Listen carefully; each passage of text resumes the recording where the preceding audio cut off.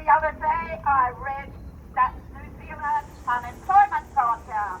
What a load of rubbish. All the stats are being manipulated because I tell you what they're doing. They've changed their modelling. What they're doing is they're counting all those stats that are actually seen as unemployed, that haven't, those ones within a 4-week period that haven't been looking for work are no longer counted as unemployed. They are segregating the numbers. So you believe that the economy is really doing well, and Jacinda Ardern has said the economy is really doing well. And what about that? While she's distracting us with COVID-19, what about what's really going on? You know, 22,000 or more households on the housing waiting list. 12,000 children who are in temporary accommodation in motels. You know, they can never form secure relationships with friends. And I went down Queen Street yesterday, all the people sleeping on the damn street in crowded conditions, and it's all got a lot worse. So all of this stuff is just being hidden while she's got your attention on COVID-19, because it's got a damn sight worse than she's been in government. Mental health, 2018, she's still failing. It was a total failure. It takes some time to fix.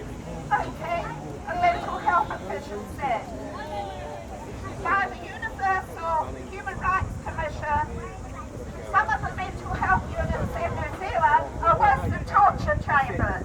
I mean, you've got intensive care, mental health patients being left to sleep there, nurses being worried about it, afraid. And that's what's happening in our country. And now, what have we got? We've got Andrew Little rewriting the Official Information Act. How do you find out what's going on with the government? You go through the Official Information Act. Oh, very cunning, isn't it? So we won't know what the government's doing. The other thing is, they're changing the RMA, Resource Management Act. Now that means that the government can control, the government organisations and iwi can choose how farmers do and what they do on their land. They can't do what they like on their own land. And then we've got the Three Waters Reform Plan. The Three Waters Reform Plan, where all the councils are giving up their assets and liabilities and give them to the government to partner with iwi to control all your water in New Zealand. Every little bit. Do you trust the damn government? Because I don't. We don't agree. So anyhow, so we've got, you think about this. Think about food. You cannot produce food without water. Water is our bargain right. It falls from the sky. Okay? So controlling water. Think of controlling food, because you need water to produce food. You need Well, water for whoever life. controls the food All living things. controls the damn people. Wake up, people. We're away.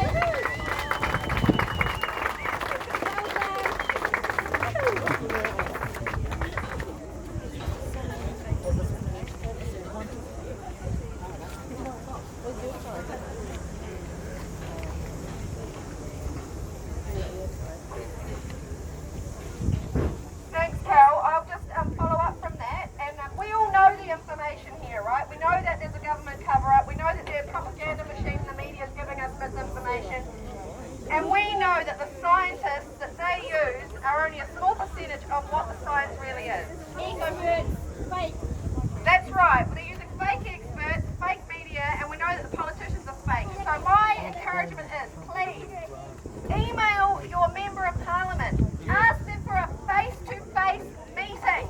They work for you. Go and tell them with all the evidence that you've found. Put it on their desk so they cannot deny that they were given the evidence. Because these people are going to be held to account. There will be trials. They will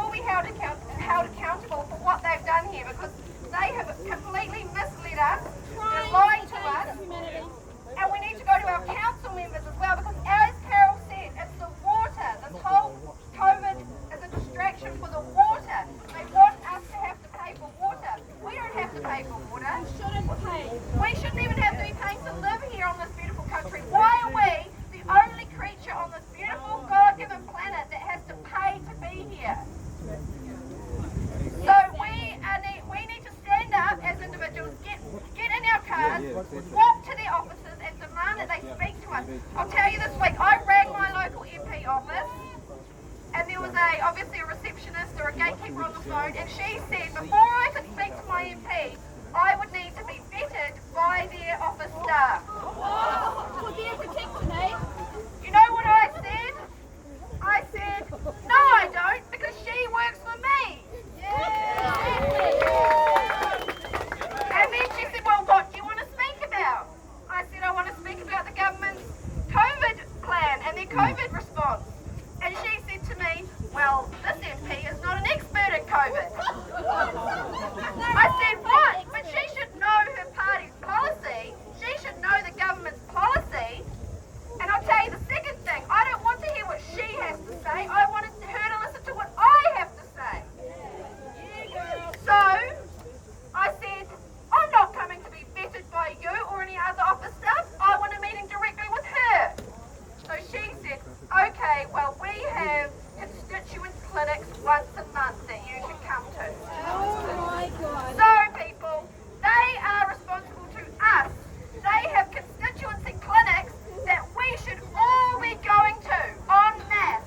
And we take our signs and we take our evidence and we give it to them and we lay it out and ask them, why are they not looking at the Plan B scientists?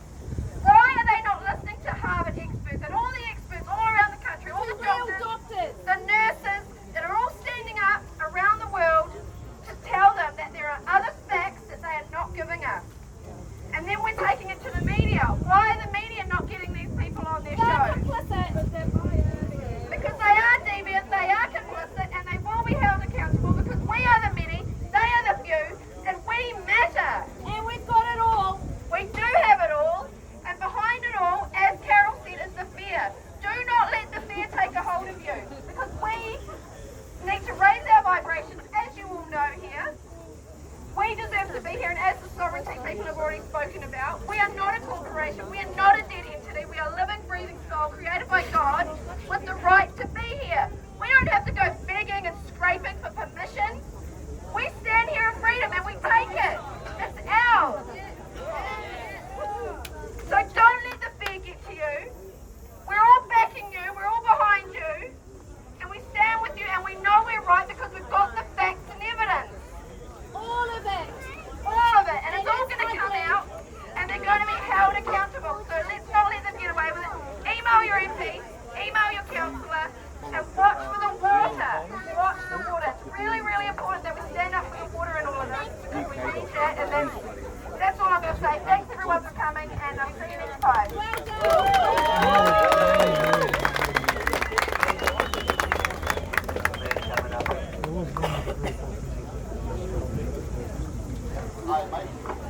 My information is very short. During the first lockdown last year, I once wrote to Jacinta and to demand all the complete disclosure of the medical records of COVID-19. And after 1 month, somebody in the Ministry of Health replied to me with a letter, this one, 2 pages, and the people's name is Natalia Richardson, and his title is Director COVID-19 HERB, Ministry of Health. And the central point this man held in this letter was, it is not within public interest for the ministry to release detailed medical records.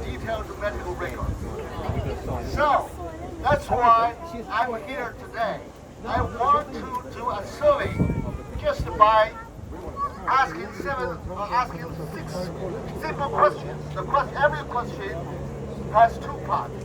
One part, if you agree with part 1, you tell me number 1. If you agree with second part of each question, you tell me 10. Also, you can choose any number between 1 and 10. Okay, my first question is, there's no need to disclose the medical records of that COVID-19 to the public. This is the part 1. And the part 2 is, it is absolutely necessary for the medical records of the COVID-19 to be disclosed to the public as long as the patient's personal information is not disclosed. Please give me a number, 1 or 10. Okay, thank you. And question 2 is, the things of COVID-19 will basically end in 1 to 2 years. And the part 2 is, the things of COVID-19 might basically continue for several years or even longer. Please give me a number, 1 or 10. 3. Question 3. Lockdown quarantine related to border crossing, providing nucleic acid test certificates, restricting crowd gathering, etc. is not a restriction or correction of human behavior. That's the part 1. Part 2 is, all of the above are restrictions or corrections of human behavior. Please give me a number, 1 or 10. Number 4, question number 4. Restrictions and corrections should not be necessarily lead to a review of the basis of these measures. Part 2, the higher the degree of restriction and correction of behavior, the more emphasis should be placed on examining the basis of these measures. 10, okay. The society, question 5, society does not need to care about the difference and the comparison of the actual effects of various hospitals and doctors in the diagnosis and treatment of COVID-19.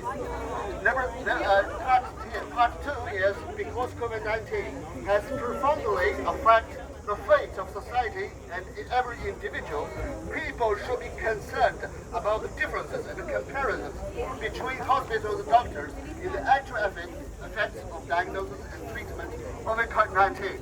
Number 1 or number 10? Okay, the last question is the same question as number 1. There's no need to disclose the medical records of the COVID-19 to the public. It is absolutely necessary for the medical records of the COVID-19 to be disclosed to the public as long as the patient's personal information is not disclosed. Number 1 or number 10? Thank you, that's all I would say. Thank you.